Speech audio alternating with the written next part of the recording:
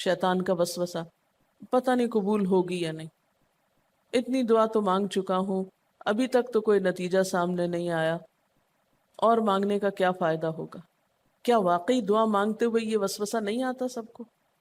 یا یہ مایوسی کی کیفیت نہیں آتی، میری تو نہیں سنی جا سکتی، معلوم نہیں وہ کون خوش قسمت ہے جن کی دعائیں سنی جاتی ہیں، اس لیے چلو کسی اور سے کہہ دیتے ہیں وہ میرے لیے دعا کر دے، اپنے لیے خود کیا کرنا۔ تو شیطان ہمیشہ دعا مانگنے کے عمل میں رخنا ڈالتا ہے، خلل پیدا کرتا ہے، کیونکہ دعا ایک ایسا عمل ہے جو اللہ اور بندے کے درمیان ایک محبت کا تعلق پیدا کرتا ہے، ایک اپنائیت کا تعلق پیدا کرتا ہے، ایک تقرب کا تعلق پیدا کرتا ہے۔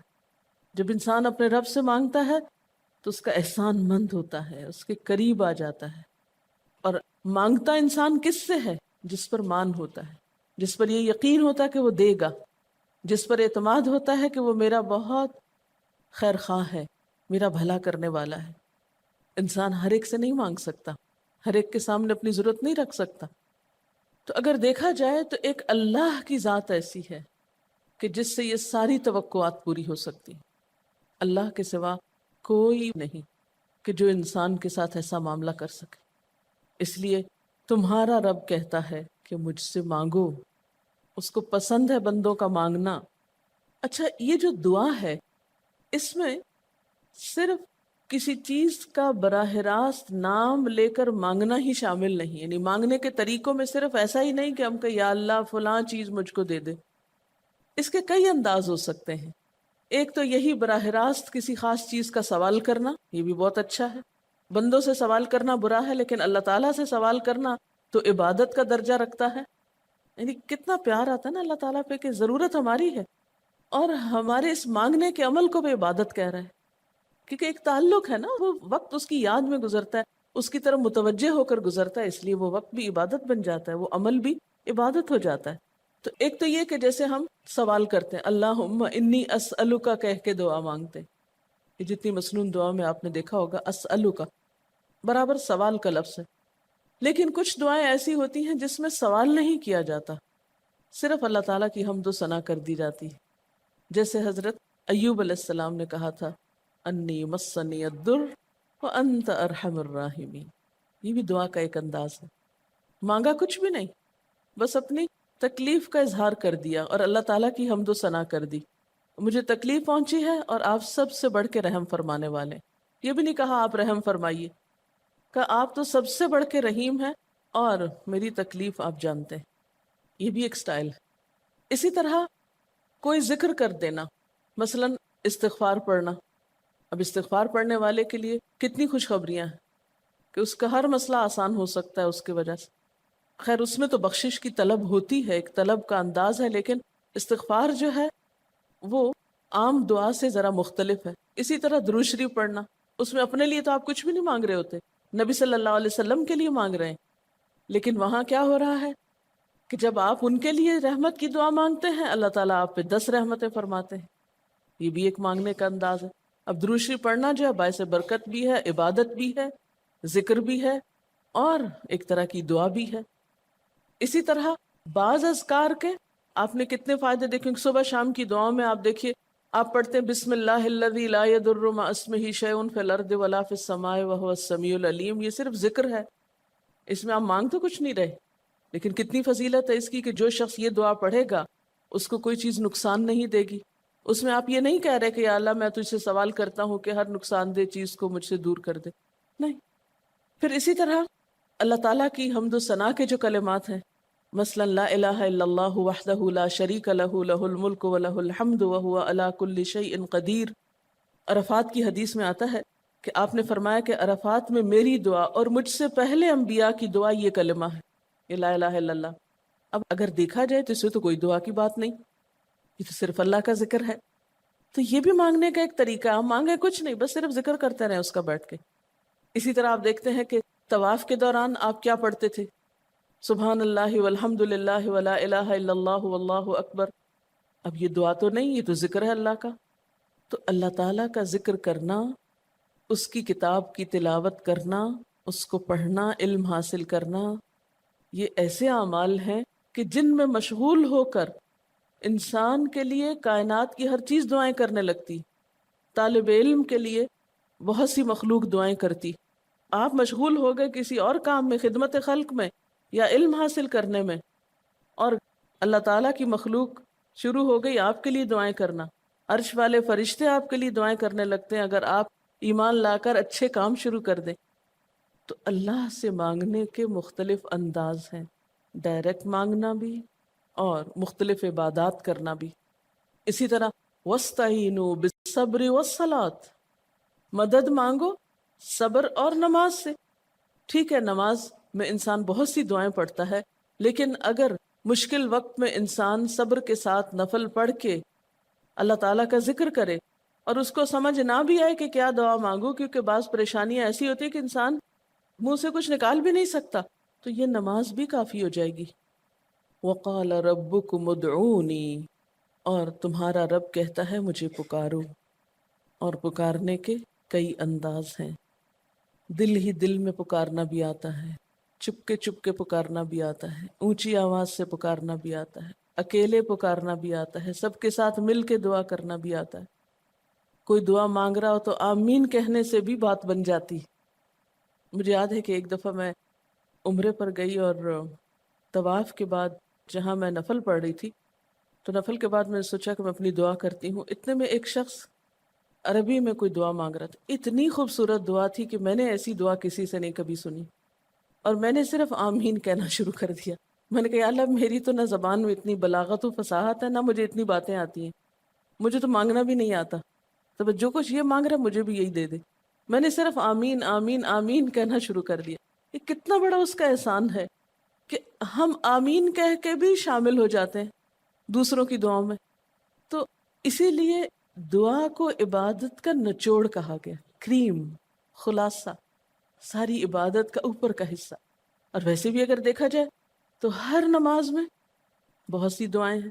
ہر موقع کی اللہ کے رسول صلی اللہ علیہ وسلم نے مختلف طرح کی ہمیں دعائیں سکھائی ہیں. سویرے جو آنکھ کھلتی ہے، سویرے کے اگر آدھی رات کو بھی کھلتی ہے، اس کی بھی دعا ہے. اس وقت سے لے کر کوئی کام ایسا نہیں دین کا یا دنیا کا، اچھا یا برا، جس کے لیے کوئی نہ کوئی دعا نہ موجود ہو.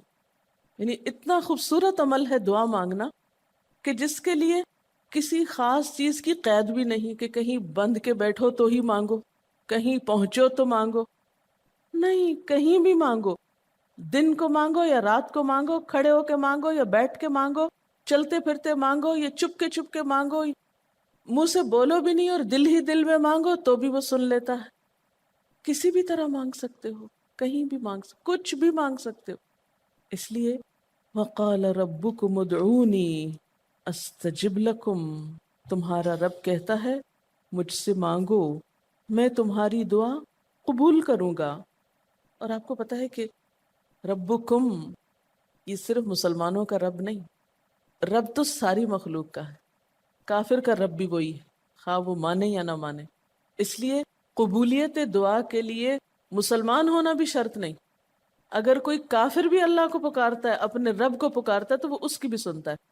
اور خصوصاً اگر وہ مظلوم ہو، کسی نے اس پہ ظلم کیا ہو، تو وہ فریاد فوراً اوپر پہنچتی ہے، خواہ وہ مسلمان نہ بھی ہو. اس لیے یہ جو دعائیں ہیں یہ آپ سب کو بتا سکتے ہیں، مسلمز، نان مسلم، سب کو سکھا سکتے ہیں، تاکہ وہ اپنے رب کو پکارے اور رب ان کو ہدایت دے. اور پھر آپ دیکھیں گے کہ دعا کے ذریعے جو اللہ تعالیٰ پر اعتماد بیٹھتا ہے، اور اگر وہ خصوصاً یہ کہ جلدی قبول ہو جائے، تو اس وقت جو ایک خصوصی شکر کی کیفیت آتی ہے. لیکن یہ کہ مایوس نہیں ہونا. بات میں یہ کر رہی تھی کہ اس کے لیے کوئی شرط نہیں کہ کوئی شخص بہت نیک مسلمان ہو یا بہت اچھا مسلمان ہو، وہ تو گناہ گاروں کی بھی سنتا ہے. اس لیے بعض اوقات لوگ جب مایوس ہونے لگتے ہیں نا کہ ہم تو بہت گناہ گار ہیں، ہماری نہیں سنی جائے گی، تو انہیں مایوس نہیں ہونا چاہیے. مایوس ہو کے کہاں جائیں گے سننے؟ کس سے مانگنے جائیں گے؟ ان کو بھی پکارنا چاہیے، خواہ کوئی کیسے بھی گناہ میں ڈوبا ہوا، کیسی بھی حالت میں ہو، اور اس کے لیے بھی مانگنا چاہیے. حتیٰ کہ کافر جب تک زندہ ہے، اس کی صحت کے لیے، اس کی ہدایت کے لیے، اس کی خیرخواہی بھلائی کے لیے بھی آپ خوب دعائیں مانگ سکتے ہیں. آپ صلی اللہ علیہ وسلم ابو جہل کے لیے بھی دعا کرتے تھے، یا حضرت عمر کے لیے کہتے تھے کہ ان دونوں میں سے کسی ایک کو تو ضروری ہدایت دے. تو دعا ہر حال میں فائدہ دیتی ہے.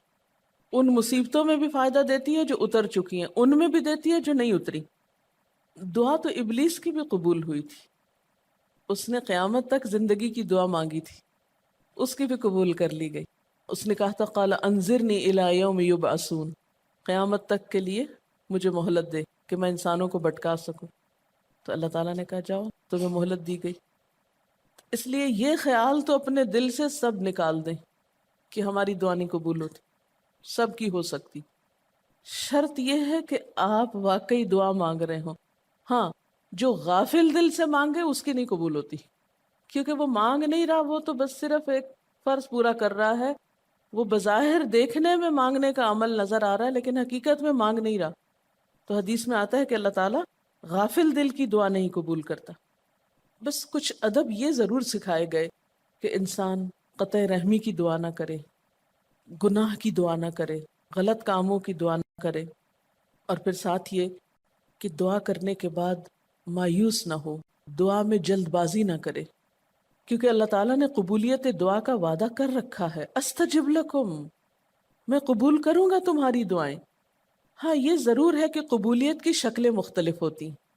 بعض اوقات تو انسان کو بالکل وہی مل جاتا ہے جو وہ چاہتا ہے، بعض اوقات وہ نہیں ملتا جو وہ چاہتا ہے، بلکہ وہ دے دیا جاتا ہے جو اس کو زیادہ ضرورت ہوتا ہے.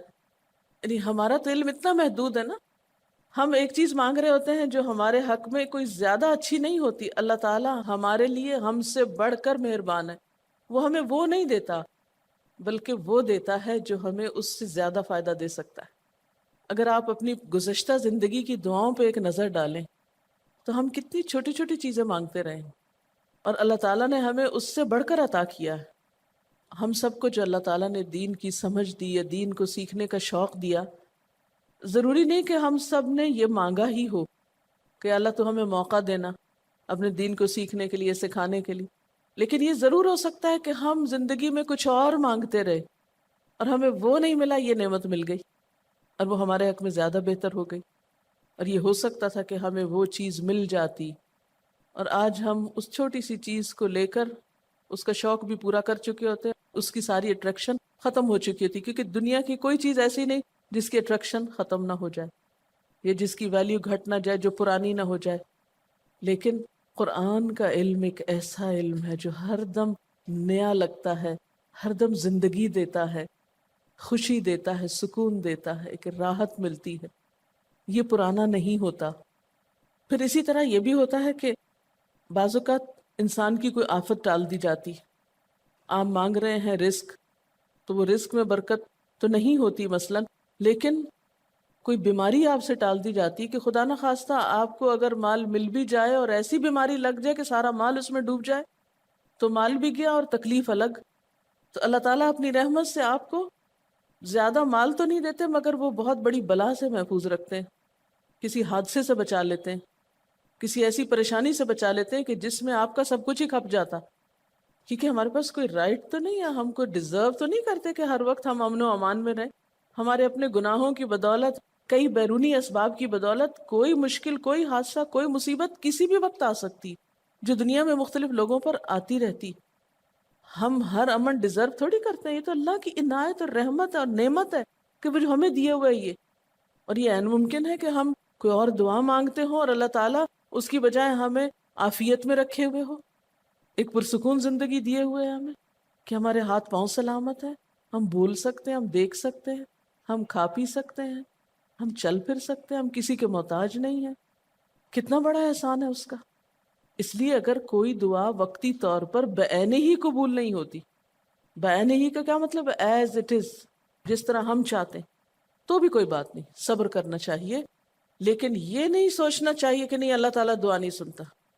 ایک اور جگہ پر بھی فرمایا وَإِذَا سَأَلَكَ عِبَادِي عَنِّي فَإِنِّي قَرِيبٌ أُجِيبُ دَعْوَةَ الدَّاعِ إِذَا دَعَانِ فَلْيَسْتَجِيبُوا لِي وَلْيُؤْمِنُوا بِي لَعَلَّهُمْ يَرْشُدُونَ. جب میرے بندے آپ سے میرے بارے میں سوال کریں تو آپ بتا دیجئے کہ میں قریب ہوں، بہت قریب ہوں. اجیب دعوت الداعی، میں پکارنے والے کی پکار کا جواب دیتا ہوں. استجب لکم، قبول کرتا ہوں. یہ ایسے دل کے بہلانے کے لیے نہیں کہا گیا، یہ حقیقت ہے، یہ سچ ہے، اس پر ہمارا ایمان اور یقین ہونا چاہیے پختہ، اور اس کو چھوڑ کر اوروں کے پاس نہیں جانا چاہیے، کسی اور سے نہیں مانگنا چاہیے، صرف اسی سے مانگنا چاہیے، کیونکہ یہ عبادت بھی ہے اور پھر وہ ہر چیز دینے کے قابل بھی ہے، اس کی قدرت، اس کا علم، اس کی رحمت ہر چیز پہ چھائی ہوئی ہے، اس لیے اس سے مانگتے چلے جاؤ، اور پھر کبھی ایک انداز سے، کبھی دوسرے انداز سے، کبھی تیسرے انداز سے، لیکن اس سے ہمیشہ اچھی امید رکھو، لا تقنطوا من رحمت اللہ۔